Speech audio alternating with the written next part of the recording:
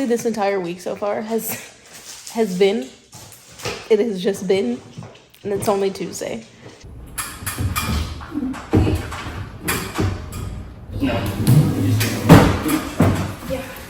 All of our base cabinets have this center style. Pisses me off. What the heck? If I'm gonna stack stuff like this, I don't need to spend hundreds of dollars on an organizer. I can just stack it in the cabinet. I don't know, like, why would you use this?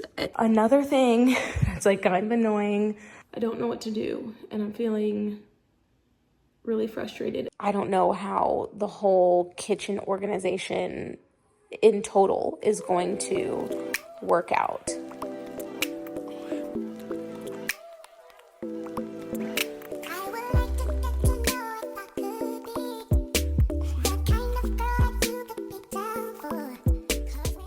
Hello homies, and welcome back to Kayla Simone Home. I have a long overdue kitchen renovation update for you guys today, and as I was planning out this video, I was like, dang, I've been working on this since March, which is crazy to think about since I don't really have much to show for it, but we're gonna get into exactly why that is today. Things have been moving very, very slowly, much more slowly than I originally anticipated. I thought that the kitchen would be done by now. I definitely did not take into account the number of other collaborations and projects that I had kind of like lined up for this year. And I definitely didn't leave myself any time for things to go wrong, which you would think I would know by now. On top of working on the kitchen and just having, you know, your normal DIY project hiccups, life has been crazy, business has been crazy. You guys know I have been really trying to get on top of my YouTube game and have consistent uploads for you guys, which is why I am now in the process of hiring an editor so that I can get these videos out to you guys every single week instead of as often as I can. I know how everybody runs their page, it's a little bit different, but I, whenever possible, try to roll out my content like kind of in chunks. I like for you guys to be able to watch a project as if it's like a season of a television show. So every single episode, one after the other, you kind of know what you're gonna get. I hate when I have part one of a video that goes live here and then 15 weeks later, part two of the video goes live. Sometimes that's just the way that it has to go.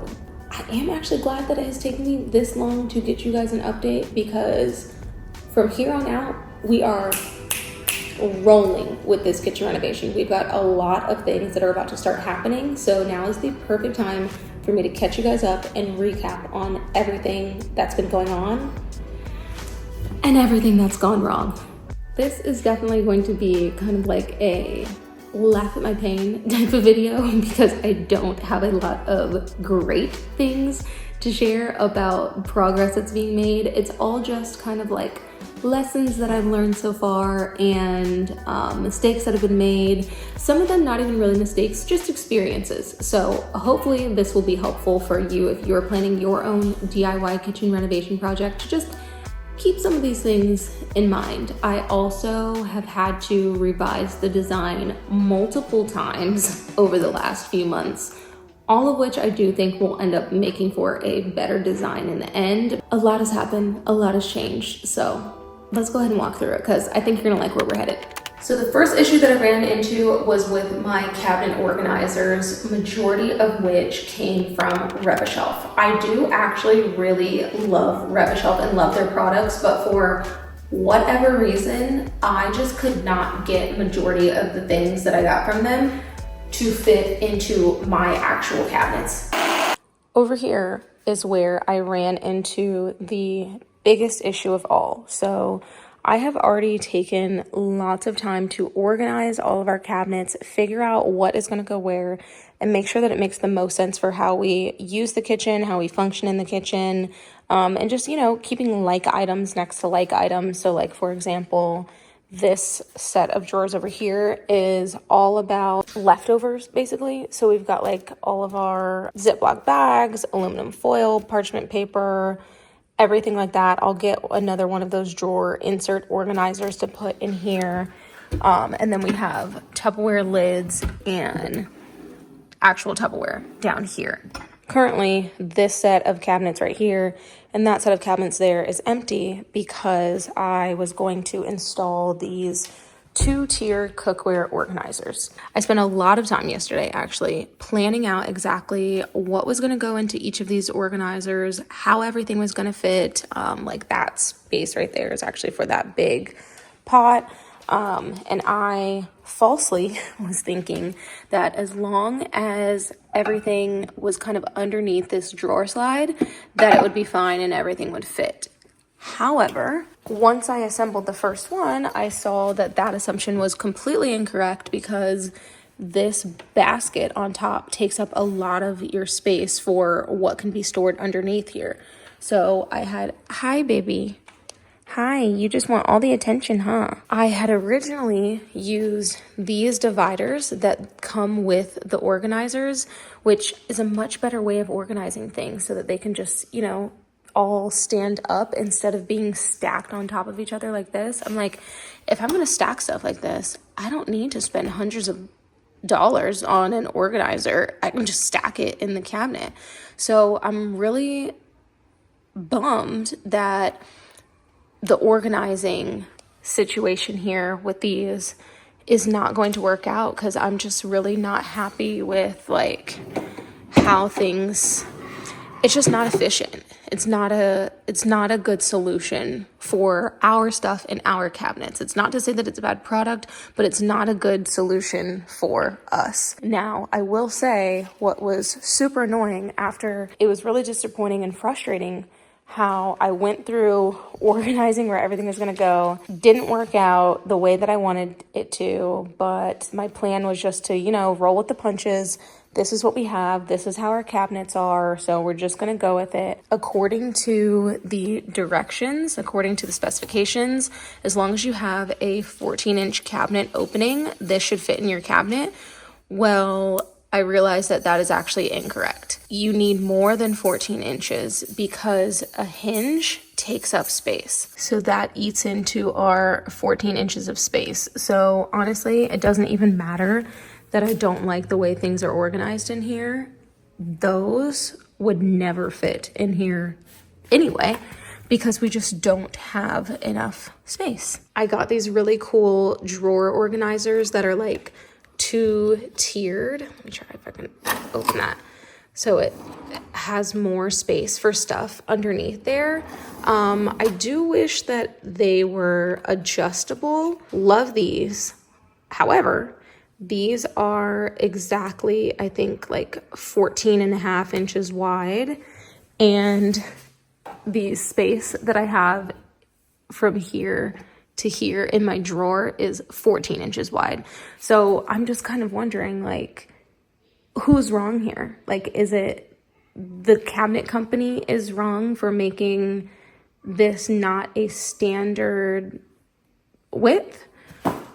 Or is this not the standard width for a drawer? I don't know. I can't figure it out. And then the last organizer that I had is this pegboard where these just, you know, screw in there and it holds things, keeps things from shifting around. I had planned on cutting these down, I think just like 1 or 2 inches off each end.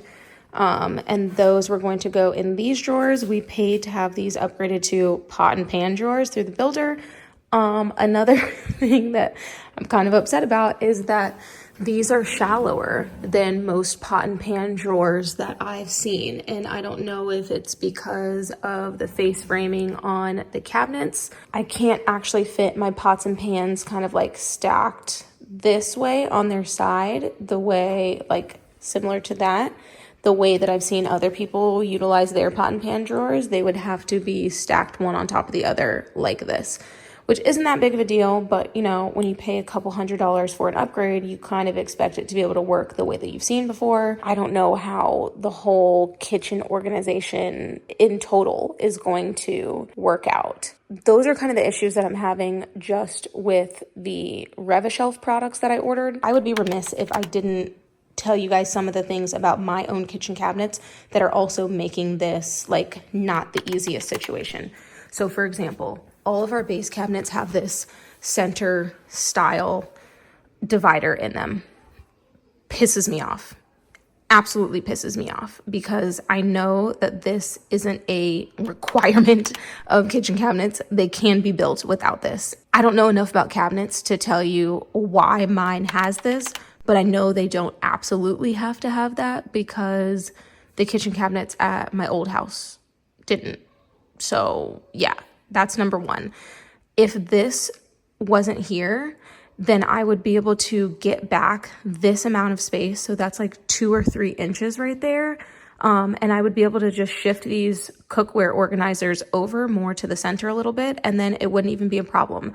I don't think though that I can cut that out, because I'm pretty sure it's part of the structural integrity of the cabinet. And so I don't want my kitchen falling apart. Also, you can see back here, this is another one of those permanent shelves like I was talking about. There's no way for me to get it out, and that I guess is connected to it. So yeah, there's no way for me to just pull it out. I have to cut that out of the cabinet. To have one of these tiny little shelves back here that completely cuts off any of the space underneath, honestly, in my opinion, terrible cabinet design.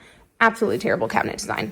Like, Kentmore, do better, please, because that's not great. This is one of the organizers that came with my Caraway baking set. And just to show you guys, this barely fits back there. So anything that sticks up past this, AKA all of those, can't be pushed all the way to the back of the cabinet, unless, again, you're going to lay everything flat like that, which, as we know, is kind of like the worst way to organize a cabinet. So still figuring out what to do there. Second thing is these cheap cabinet hinges. I don't know why they stick out so far. I was planning on replacing the cabinet hinges anyway, so I was like, okay, not that big of a deal. I ordered these soft close hinges, which, just to give you guys like kind of a look, you can see how much more flat that is than that one. I don't know, like, why would you use this? It doesn't make sense to me. These, though, are not really fitting around this chunk of wood nicely. So I'm gonna order another brand of soft close hinges and see if those will fit better. Just another thing that's like kind of annoying. Yeah, but even our upper cabinets have that centerpiece and the wall. And like I said, in our other house, it was not like that. I really expected to be wrapping everything up today with the kitchen organization, because I have some other sponsored projects that I need to work on before we can really dive into doing a full, like, let's revamp the kitchen. So yeah, I'm just kind of stuck. I don't know what to do, and I'm feeling really frustrated. And I know that I'll come up with a solution that I may or may not like even better than this one. Obviously, I'm sure you guys know it's frustrating to do a project and not have things go according to plan, but it hits a little harder when this is also your business and you're on a schedule. And so now, unfortunately, these things didn't work, but I've also used up all of the time that I can allot to this project at this moment, and I've got to move on to something else because that brand is waiting for their content to be posted. And so it kind of pushes this project a little bit back at the end of the line. And it's like, okay, gotta wait for your turn until I can resume this thing. And that's how projects end up, with a little bit done here, a little bit done there. Just to give you guys kind of a look at what goes on behind the scenes of DIYing your house as your business. It gets messy. Oh, I didn't even show you guys the other thing. I think this is another issue with my cabinets, not necessarily with Rubber Shelf. The biggest and probably most expensive issue that I've run in so far has to do with the design of the cabinets, or more specifically, the style of the doors. So we upgraded to this white shaker style of doors when we were building the house because I wanted it to be very easy for us to add an upper row of stacked cabinets on top of these. In our last house, we had they were called espresso. They were like a very, very dark brown, black stained cabinet.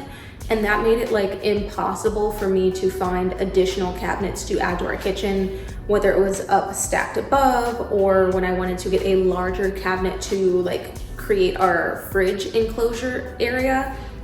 It was just impossible to find those types of cabinets in that color in a big box store like Home Depot or Lowe's. So I actually had to custom order them through Lowe's, I believe it was. And it just made the process a little bit more expensive, a little bit more drawn out. So for this house, I was like, you know what, let's just go with white cabinets so that I will easily be able to add more cabinets up above when it comes time. I wish that I had never paid to upgrade these cabinets, y'all, because the partial overlay door style is not available in cabinets that you get at a big box store.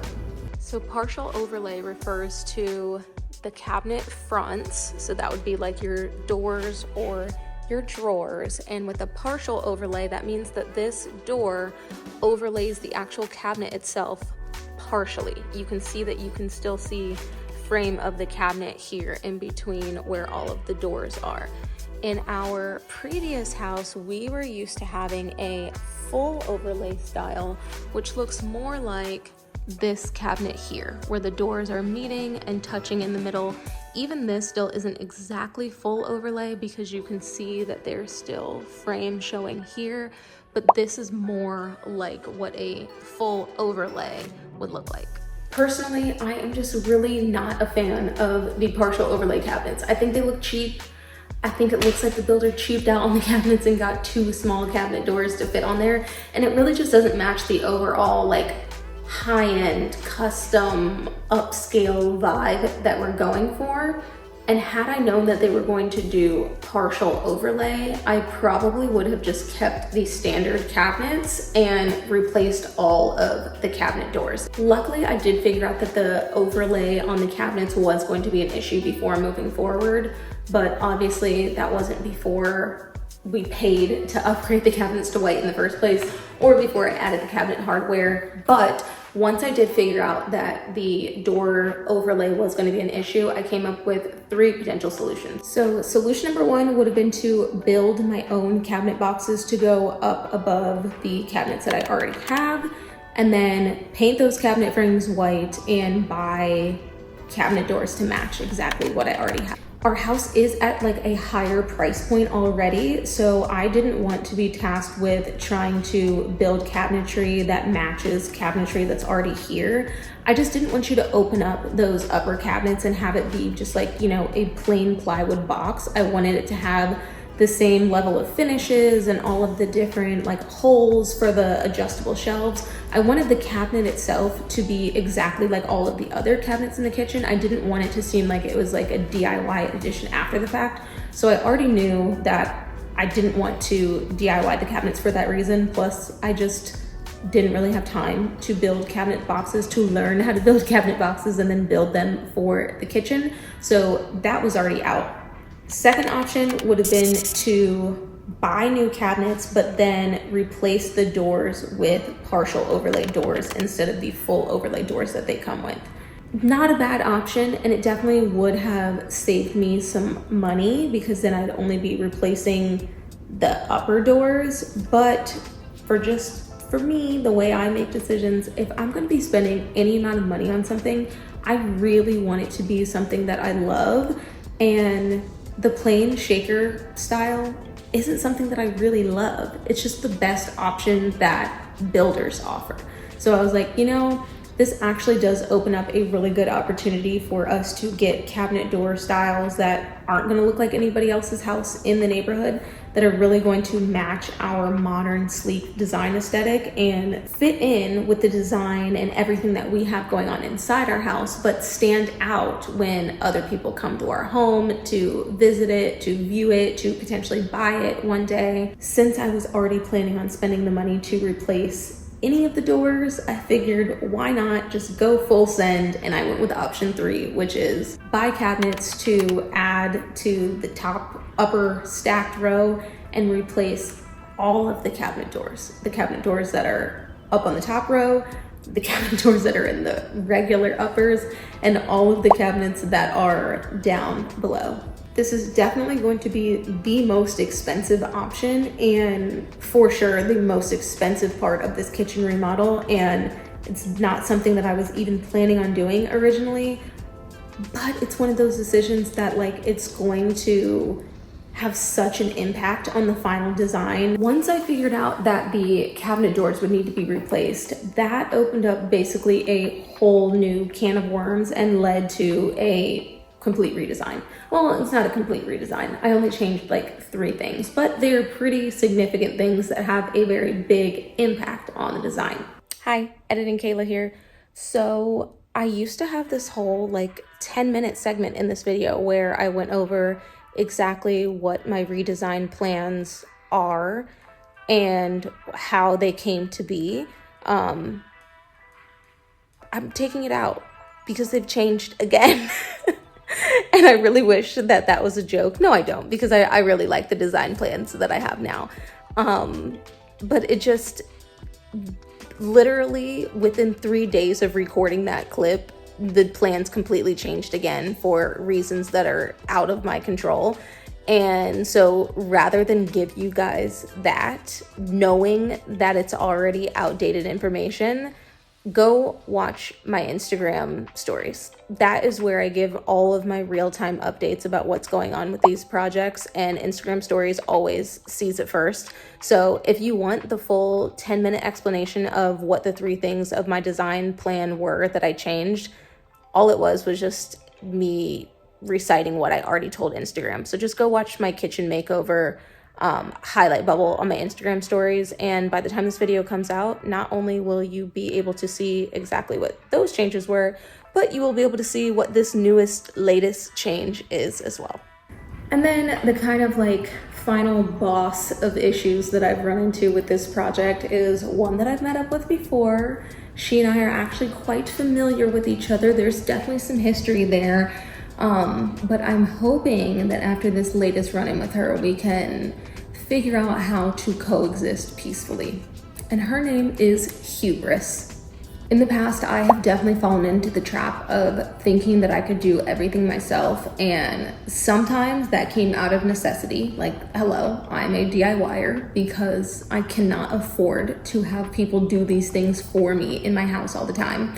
But sometimes, probably more often than I ever even realized, I think that those decisions were made out of hubris. I felt like because I was a DIY influencer, I had to do all of the work myself, or that if I was going to hire somebody else to do part of the project for me, then I was just proving all of the haters in the comments right. The ones that comment things like, your husband is probably behind the scenes doing all the work for you and the camera's not on, and like dumb stuff like that. And even though I know that that's not the case, I know that you guys know that that's not the case, I still feel like there was something in the back of my mind that was telling me, you're a DIYer, so you have to do it yourself. And it led to me like almost feeling guilty, I guess, if I didn't complete something 100% myself, because like, isn't that what I set out to do with my page? I actually struggled so hard with this in the bathroom renovation at our last house, because as I would run into bigger and bigger issues, rather than just taking a step back and being like, you know what, let me bring somebody else in, let me call somebody that can take over this issue for me, and kind of admitting that maybe I was out of my wheelhouse a little bit, I just kept pushing myself to figure it out and push through in order to get the project completed, because I felt like that's what I had to do. And to be completely honest, it made me hate that project. Like, that's why you guys rarely see me sharing videos of that project now that it's completed, or once I did finally complete it.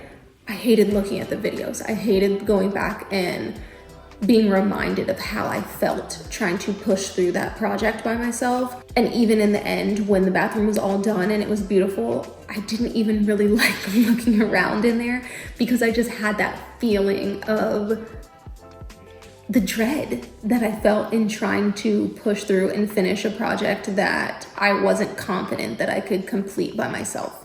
Hi, me again. So I know that the definition of hubris is like this sense of like great overconfidence, and what it sounds like I'm describing the exact opposite. So I wanted to chime in and clear up why it sounds like that, because I feel like I didn't do a good job of like making the point clear of like what I was trying to say. But basically, I always joke that like when God made me, he poured in a lot of the I can do that gene. And I always jump headfirst into a project, sometimes without even really thinking it through first and being like, oh, I can totally do that. And so that's what I mean by the hubris of just like jumping into something and just assuming that because you saw someone else do it, you'll be able to do it. And it's very good sometimes. Like, I wouldn't be able to do this job without it, but I think that because I am that way, I often get into situations where I'm like, oh shit, I think I might need some help. And at that point, I think most normal people would be like, okay, let me call somebody in and try to get some help, or like take a step back and figure out how I can course correct here. But I've spent so much of my life pushing forward and just being like, I'm going to figure out how to do it myself. And I don't need anybody to help me, whether that was through just my own brain doing that, or whether it was through the parasocial relationship of feeling like I owe it to my audience to figure it out for myself and not just use money to make the problem go away, but like kind of like, this is my mess, so I need to clean it up type of thing. And that is what I'm saying, that like, I don't like that. And I don't think that in certain situations it's the right way to go about things. And I don't think that it's always safe to go about it that way, especially when you're talking about building and construction and using power tools and all that. So that's really what I'm trying to say, is that I do definitely have that sense of overconfidence of like, I can do anything, I can tackle that myself. But I'm really trying to pull back and listen to my body and my mind and some of the people in the comments that are actually trying to help me, and not the ones that are trying to put me down, but the ones that are genuinely like, maybe get some help with that. I'm trying to listen to all of those cues from here on out. So hopefully that makes better sense. And maybe we won't call her hubris. Maybe we'll come up with some other name for her. But yeah, I just wanted to explain that a little bit better. In the end, I mean, I figured it all out. It turned out cute. It helped our house sell. The bathroom looked really great, but it left me with such like a visceral, like physical memory of what it felt like to be in that position. And I told myself, yeah, I'm actually never doing this again. And when I say I'm never doing this again, I don't mean that I'm never renovating a bathroom again. I'm just never going to push myself to finish something that I don't feel comfortable doing myself, simply so that I can say at the end of the day that I did 100% of the work, because there are no prizes earned from that, you know? Maybe bragging rights, but like, I'm good bragging that I did 95% of the work. I'm good bragging that I did 75% of the work. I would be perfectly fine bragging that I did 50% of everything that you see here. Although I don't think that I can let it drop below 50%, because DIY is why you guys are here after all. But I say all that to say, I'm done doing things that no longer serve me or serve my content. I know that my time is much more valuable than it was back then, and much more better spent working on other parts of my business, working on other parts of the creation process, connecting with you guys, than pushing myself through a part of a project that feels 100% impossible, or something that would honestly just be better dealt with by hiring a professional to do. There are of course going to be times where I will have to do parts of a project that I don't necessarily like doing, like sanding. Hate doing it. It's still going to be a part of the process, but I will no longer feel bad about hiring out the things that just aren't worth my time to complete, or things that I have figured out, you know, that's not a strength of mine, or that's out of my wheelhouse. So I'm going to bring somebody in that can get it done a lot better and a lot faster. Like when we paid to get our floors done, I did consider doing our floors myself, but if I'm being completely honest, if I had done that, we probably still would not have floors in this house. Like, it would have taken me so long to get that done. So it was really making that decision that solidified for me, this is the way to go from here on out. especially because I really don't want to put myself into situations where things are going to be dangerous for me or potentially dangerous for my family later on down the line. So I'm like, look, girl, you got the money now to hire somebody, you might as well use it.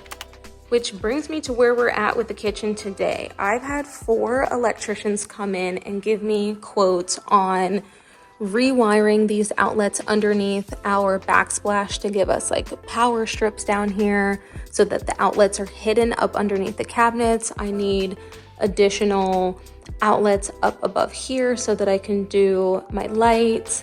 Same thing on this side. I'm going to have them change out this light switch. We need to get some new outlets installed on the back side of the island. They are actually coming tomorrow to get all of this work done for me. Supposedly they're gonna be able to finish it in a day, which would honestly be amazing and would keep me on kind of like this new project timeline that I'm trying to stick with. So once that's done, I will make a separate video about all of the different electrical things that we had done in the kitchen. Majority of the changes are just to like better serve our aesthetics and the smart home that we're trying to create. So I think that you guys will actually really like some of these things and be able to incorporate them into your own kitchen remodel as well. A lot of the issues that we had are very common issues, but I feel like we came up with some pretty creative solutions that work for us. So I'm excited to share those with you guys later. In the next video, I do want to walk you guys through all of those cabinet organizers that I was able to install so that you guys can get a sense of those, because the ones that I am using, I really, really like. And I teased them on Instagram a couple times. I know you guys have been waiting all year long. So while I wait for the electrician to come in and do his thing, I am gonna get started working on the kitchen island because all of the new door fronts and drawer fronts for that just got delivered a couple days ago. I haven't even opened the box yet, but I'm so excited to see what they look like and finally get some doors on this thing again. Overall, I'm just really hoping to not run into any more project hiccups.